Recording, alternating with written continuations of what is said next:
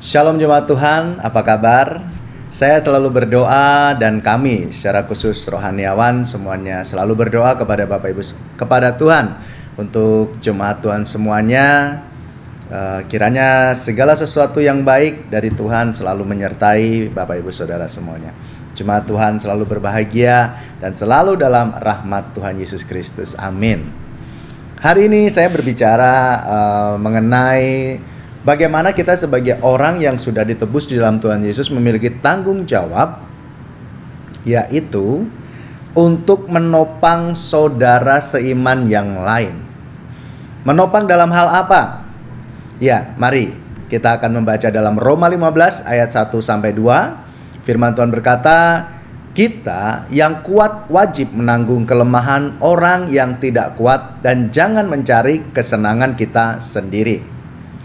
Setiap orang di antara kita harus mencari kesenangan sesama kita demi kebaikannya untuk membangunnya.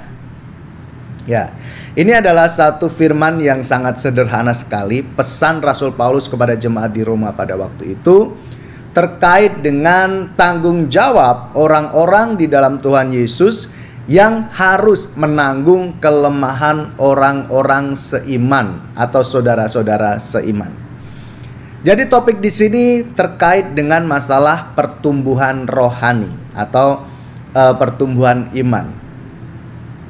Tanggung jawab di sini adalah memikirkan kesenangan orang lain, memikirkan bagaimana caranya saudara seiman kita ini yang mengalami kelemahan iman, mereka bisa bangkit kembali.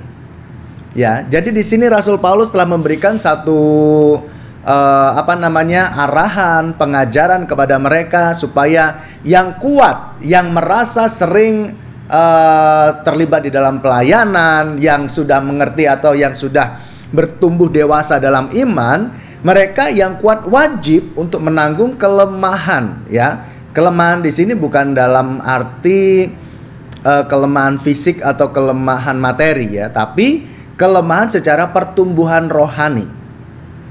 Bagi orang yang sudah merasa dia bertumbuh di dalam Tuhan, maka bertanggung jawab untuk memikirkan kesenangan saudara seiman kita yang saat itu sedang dalam kondisi terpuruk.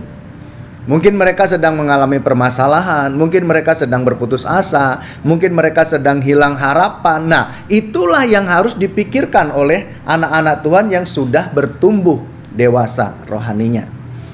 Jadi tidak berpikir tentang kepentingannya sendiri, tapi memikirkan juga kepentingan orang lain dalam hal pertumbuhan iman.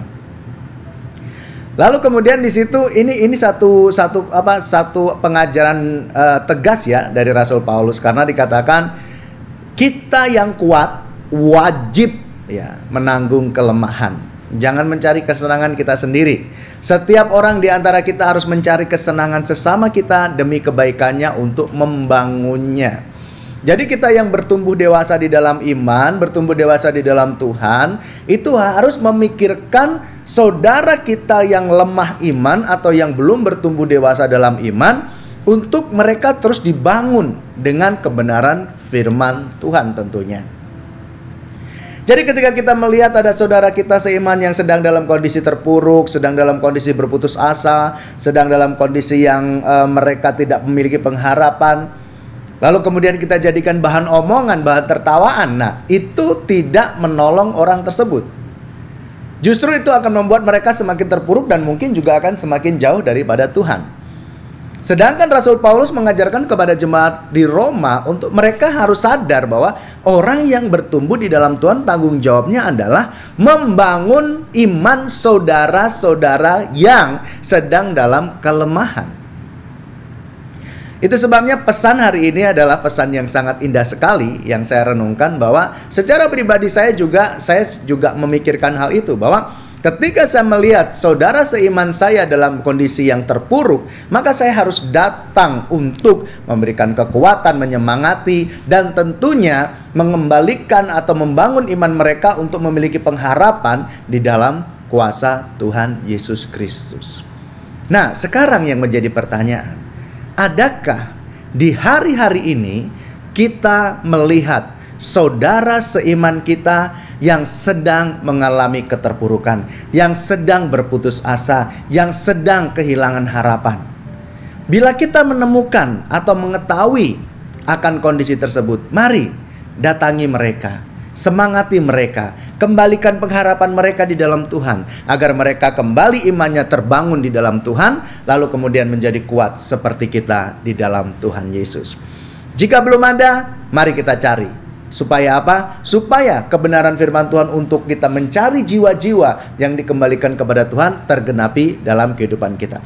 Mungkin kita tidak perlu menginjil keluar, tetapi mencari saudara-saudara seiman yang terpuruk untuk disemangati, diberikan pengharapan atau pengajaran tentang Tuhan. Itu justru juga merupakan sesuatu yang lebih mulia juga di hadapan Tuhan. Jadi jiwa-jiwa semuanya adalah milik Tuhan. Jiwa-jiwa tidak harus selalu ada di gereja. Yang di luar gereja ada yang sudah Tuhan tentukan untuk mencari mereka. Sedangkan kita yang di dalam gereja, mari kita mencari mereka, anak-anak Tuhan yang sedang dalam keterpurukan atau yang sedang mengalami kelemahan iman, untuk kita bawa kembali kepada Tuhan. Untuk kita rangkul, untuk kita semangati. Bukan untuk kita jadikan bahan omongan. Supaya apa? Kalau ngumpul jadi seru tuh. Ngomongin Prapto yuk, enak banget tuh ngomongin orang itu. Kayaknya dia banyak sekali kelemahannya dan sebagainya. Nah, bukan seperti itu. Tapi justru kita mungkin membuat satu komunitas, mencari, mendekati, lalu kemudian kita bawa kembali kepada Tuhan. Kiranya Tuhan Yesus memilih kita, menetapkan kita untuk menjadi pribadi yang memberkati, menguatkan iman saudara-saudara kita yang sedang dalam keterpurukan. Tuhan selalu menyertai kita, Tuhan tidak pernah meninggalkan kita, dan Tuhan selalu memberikan tugas kepada kita untuk membawa jiwa-jiwa kepada Tuhan Yesus. Mari kita berdoa. Terima kasih Bapa untuk segala anugerah-Mu. Kami bersyukur kalau pada saat ini kami boleh mendapatkan renungan yang mengingatkan kepada kami untuk kami yang bertumbuh iman di dalam Engkau, merangkul saudara-saudara kami yang sedang dalam keterpurukan. Biarlah kami belajar dari Tuhan yang mengasihi mereka, dan kami tidak menjadikan mereka yang sedang dalam kondisi terpuruk atau lemah iman menjadi satu bahan omongan kami atau bahan gosip kami, tapi justru kami berbalik untuk kami bisa membawa mereka untuk bersemangat di dalam Tuhan, dan mereka bersukacita di dalam Tuhan. Terima kasih Roh Kudus. Kami serahkan hidup kami ke dalam tangan kuasa-Mu, dan kiranya Tuhan Yesus memberkati setiap jemaat Tuhan dalam kesehatan, keluarga, pekerjaan, dan semuanya. Limpahi mereka dengan anugerah-Mu ya Tuhan, dan biarlah damai sejahtera Tuhan selalu tinggal dalam setiap kehidupan jemaat Tuhan semuanya. Terima kasih Bapa. Kami serahkan waktu kami selanjutnya dalam tangan kuasa-Mu. Berkatilah kami di dalam nama Tuhan Yesus. Haleluya. Amin.